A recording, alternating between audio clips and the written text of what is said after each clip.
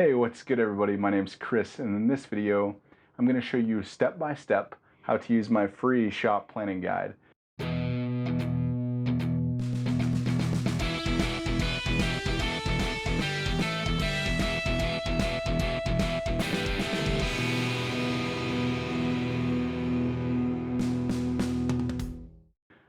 Now check this out. I'm going to go back to my shop. I'm actually playing around with some background effects for the first time, learning some new video editing things. Anyhow, I thought it was cool. I wanted to try it out, and back to reality. We'll see how that works out. I'm going to try to remove the white background and put myself in my shop, even though I'm probably about, actually I don't know how far away, several thousand miles away from my shop right now. Anyhow, so the primary benefit to this shop layout guide is it doesn't use any fancy software. It uses PowerPoint. Now I realize that some of you may not be familiar with how to manipulate images within PowerPoint. No worries, I'm going to show you that in this video. When you download the file, you're going to actually download a PDF document.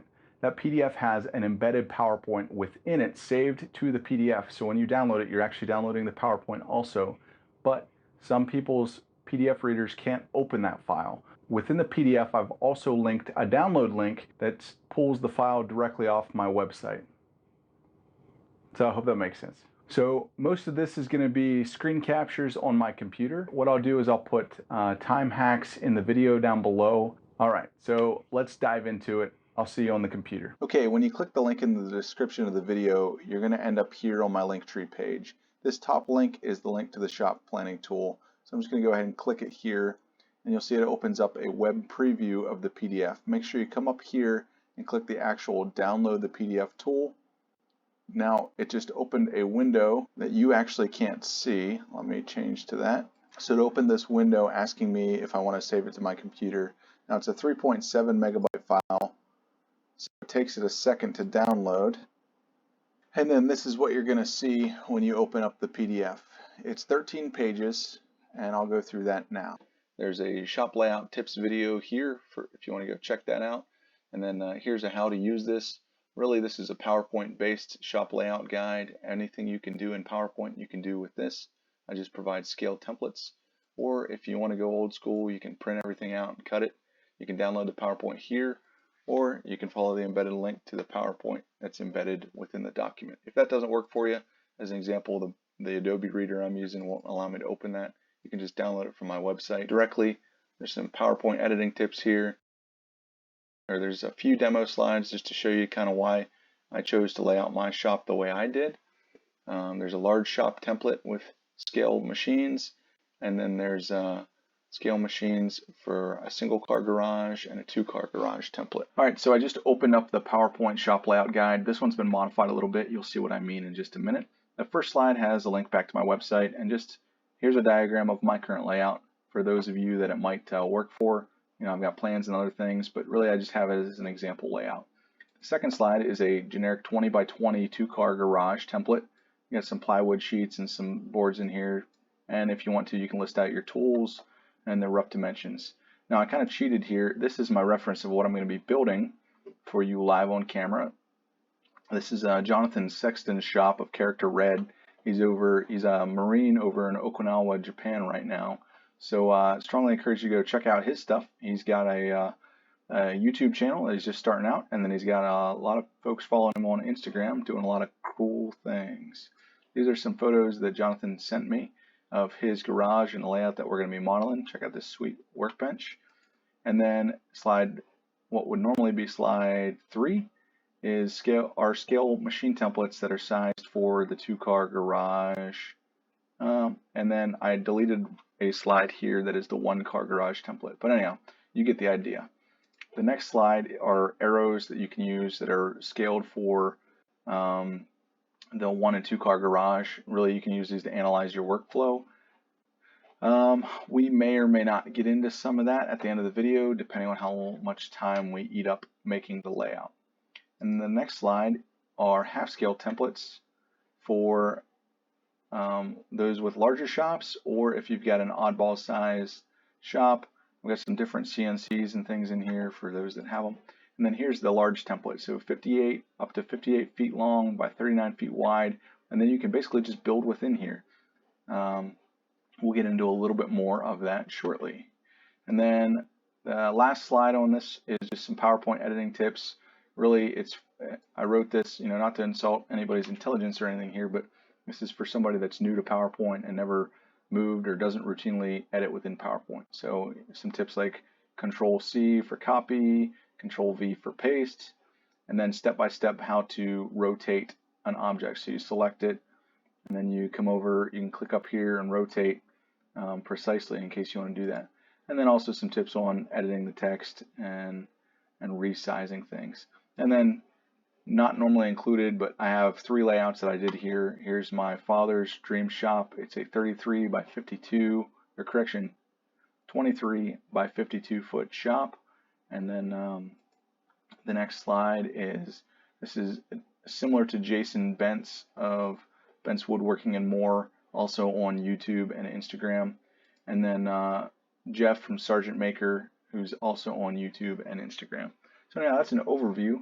Let's dive into actually making this thing work. So I'm going to start out here on the template. I've decided I'm going to use a 20 by 20 2-car garage template. Ironically enough, this is the size of Jonathan's shop, according to what he told me. And then I did cheat a little bit here, and I modeled some of his benches ahead of time just because I figured you didn't want to watch me make some rectangles and squares and oddball things and change, the colors of things. I will probably demonstrate that just for clarity for you guys. But anyhow, let's get into it. So the first thing I'm going to do, these have embedded links in them. So you can see when I mouse over it, it says Control-click to follow the link. So I'm going to do that. I'm going to hold down Control and click it, and it'll take me right to the scale machine templates. So the first thing I'm going to do is bring in this saw right here. So I'm going to select it by clicking, select it by clicking once. You can see that's grabbing the text and the saw. Then you can either right click and go to copy, or what I like to do is just hit Control C, and that copies it. Now I'm going to mouse over this link back to the 2-car template, and I'm going to hold down Control again and click it, and it'll take me right there. Now that I'm on here, I can hit Control. I can either right click, but you want to be careful not selecting the grid. Anytime you select something, it'll have those dots around it showing that it's selected. So don't select that, select anywhere else on the slide. And you can either do paste, or you can hit Control V and it'll paste it in there. So I know he's got a saw generally up in here, and I'm going to go ahead and delete the text. Okay, so let's go ahead and bring in his large workbench. He's got an outfeed table / workbench that is 3 feet wide by 6 feet long, which I learned through the course of this that that is the stock plywood sheet size in Japan, in case you were wondering. Now I'm going to also pull in this miter saw station that he's got over here, kind of in the corner. I'm going to also pull in this mobile toolbox that he's got here. This is just roughly sized. And so now I'll show you how I made these in case you're not familiar. So you can go up here and go Insert, Shapes, and you can literally select any shape that you want here. You can do an oval, you get the idea. You can, or lines, etc. So I'm going to select a rectangle shape, and you just drag the rectangle. Now the cool thing about the grid is, say you wanted to draw a sheet of plywood. I'm going to go Insert, Shape, Rectangle. Say you had a workbench that's a full-size sheet of plywood. You just use the grid. 1, 2, 3, 4 feet, and then you come over. There's 4 and 8, and there's a workbench that is 4 feet by 8 feet. So you can see how that works. Oh, looks like I went a little long on that. Sorry, I can't count in public. So there's a 4 by 8 workbench. So we don't have one in this shop, so I'm just going to hit delete. Okay, so you get the idea. Now I'm going to go ahead and put his square workbench down here. He said it's about 3 by 3. I'm going to bring this mock-up car that I modeled. It's just a rectangle, but you can see the car that's down here. Sweet little car that they've got over there. And then next I'm going to model this workbench here. So you can see he's got a bandsaw, a drill press, and a jointer on it. Here's another view of that. So we're going to bring in a bandsaw, drill press, and jointer. I'm going to show you another trick. So if you want to select multiple things at once, you click, you hold down Control. Let me see. So we got our bandsaw. Now we need a drill press. He's got a nice table on his drill press. Now I'm holding down Control and I'm selecting, and that'll let you select multiple things at once. And now we need the benchtop jointer. So now you can see we've selected all of these. I'm going to hit Control C for copy. I'm going to mouse over the link, hit Control and click. Now I'm going to click anywhere in the slide, maybe off to the side of it is the best. Hit Control V, and I've pasted all three of them in. You can see how they're in the same relationship that they were on the other side, and all three of them are still selected, so they move around together. But now individually, I'm going to orient them the way that they are in his shop. Okay, so another thing I'm going to do here, which you don't have to do, but I'm going to show you how to do it. This can be a little bit tedious. I'm going to remove the background. I'll show you on one, and then I'll bring in the other two that I already did. Now on the next version of this shop layout, I'll probably remove the backgrounds on all these, but sorry, you'll see how tedious it is. So I'm going to select the machine I'm going to remove the background of, come up here and hit Picture Format, hit Remove Background. Now I'm going to come down here to this zoom bar and zoom way in on it. So it automatically tries to figure out what you're removing the background on. You can see it didn't get it here, so I'm going to mark areas to keep. And I want to err on the side of keeping more than removing more, because I want to make sure I can see the machine, and I'm okay if it's got a little white layout to it, or outline to it rather. And you can see this kind of has its own I guess algorithm that it's applying here, trying to find those edges. And I'm just going to continue to click until I can see that it's got mostly everything I want to show here, and we'll call that good. So then when you're done, you just hit Keep Changes, and you can see it did an okay job. It removed most of the background there. So now when I paste it over on here, it doesn't look so obnoxious. You can see more of the machine than you can other things. So you can tell the drill press I've already done that with. There's his drill press table, and the jointer still has that big white background. So I'm just going to go down here to the slide where I already did it on, and copy that and paste it in. And I think that this drill press is a little bit more like his, so I'm going to actually bring it up and bring it in. Oh, I didn't want to do that. Okay, so now we got rid of that. So there is his workbench. Now, in his actual shop, he's got all three of these mounted to his workbench. So how do we replicate that so that, say you wanted to try moving this workbench around somewhere else, you would want to be able to move all these things together. So I'm going to do that Control click again, click, click, click, and now I'm going to also select this workbench. Now I'm going to right click and hit Group. So now these things all behave as one item, and you can move them around. So there you can see how that works. So pretty cool techniques.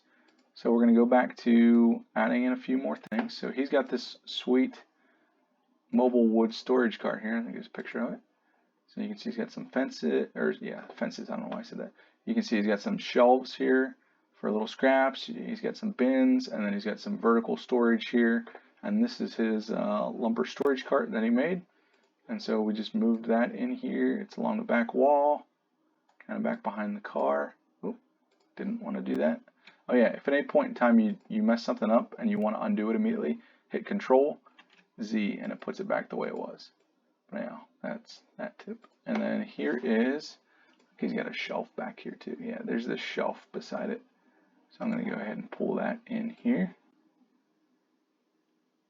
Let's take a look at the overview of the back wall of his shop. So you can see, looking back, here he's got this router table right here. Let's go ahead and add that. So we'll go back to the slide, hit Control click for the machines. We've got a router table that's similar to it here. I'm going to hit Control C, Control click, Control V for paste, and you saw that that was kind of in between this front of the shop here and the back and this large table. So that's where we're going to put it.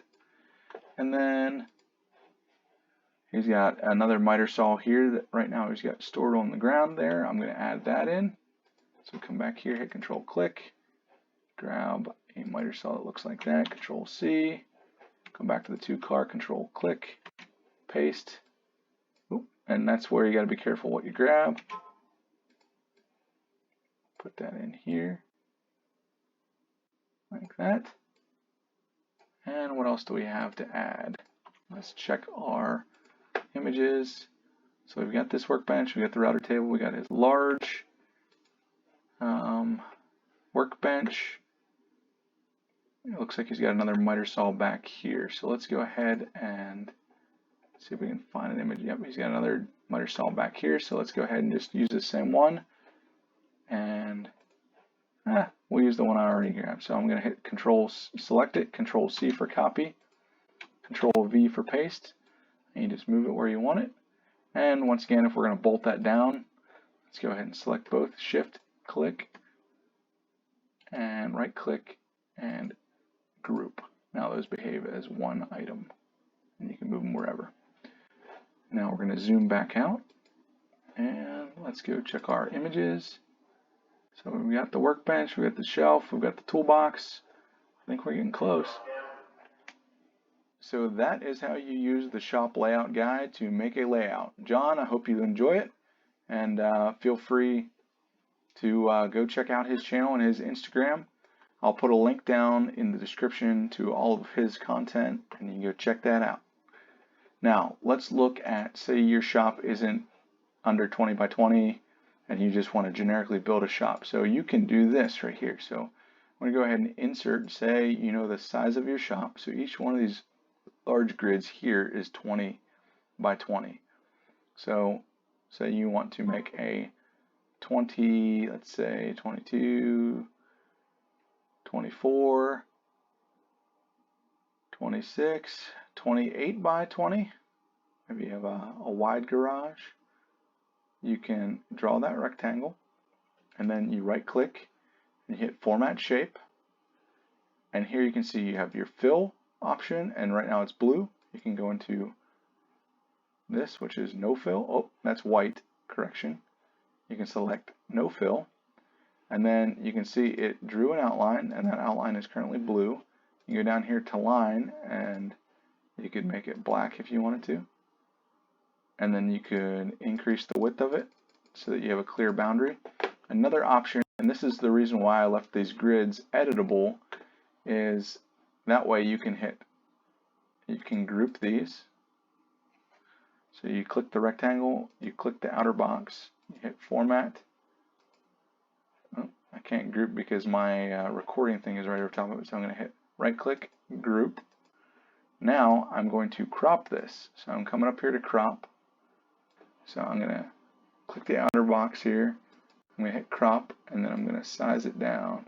And you can see when it gets to the size of another grid, you'll be able to tell. Now we'll click out of it, and we didn't quite get it over here. So now we'll crop a little bit more. Let's try that. Now we got it. Check that out. So now there's your custom shop size, and now you use the smaller machines in this one. So let's say you have a nice big CNC. I'm just going to do the same exact technique. Control C, Control click, Control V, and you can just put your stuff wherever you want it. So I hope you enjoyed that. And of course you can embellish things as you want. These doorways and things here were just rectangles that I made. I added some stairs by filling a rectangle with some lines. I drew in a lumber rack. I drew in some just generic labels for areas. You know, I made the garage and the house filled with dots so that they were distinct from the shop. You can just, anything that you can insert and edit within PowerPoint, you can add text and labels. So you can see how useful this is, and it's as open-ended as you want it to be. Literally anything you can do within PowerPoint, you can do with the shop layout. And really what I did for you is to scale these machines to help you to be able to do this easily within PowerPoint. So I hope you enjoyed it, and that's going to be the end of that. Thank you. If you found some value in this video, please hit the like button. That helps this video do a little bit better. And if you're new here, I would really appreciate it if you consider subscribing. I have a lot more videos similar to this, but all of them are about helping you maximize your shop space. If you know of somebody else that might benefit from this video, feel free to share it. The shop planning guide is going to continue to be free for anyone. Obviously, you saw there's some advertising features in it for some of my plans and some other things. That's part of the reason why I published this thing for free, But the other part is I truly want to help anybody, no matter what your shop space is like. You may have seen that I work in a single car garage bay, but I really want to make this thing as user-friendly for as many people with whatever size shop you have. Thanks for watching, and I'll see you in the next video. So in case I ever seem really bland, it's because I don't like talking to a camera. So really I made this, I really hate talking to a camera, in case you were wondering. There you go. I'm literally staring at my phone right now. Yeah. So that's how this whole thing works. It's not like I'm talking to you, although I wish I were talking to you. I'm pretty much just talking to my phone. It's actually on a shelf right now. So I'm talking to my phone on a shelf, looking at you, pretending to talk to you. All right, so I hope you found some valuable, I hope you enjoyed this video. I hope you found the shop layout guide useful. If you haven't already, please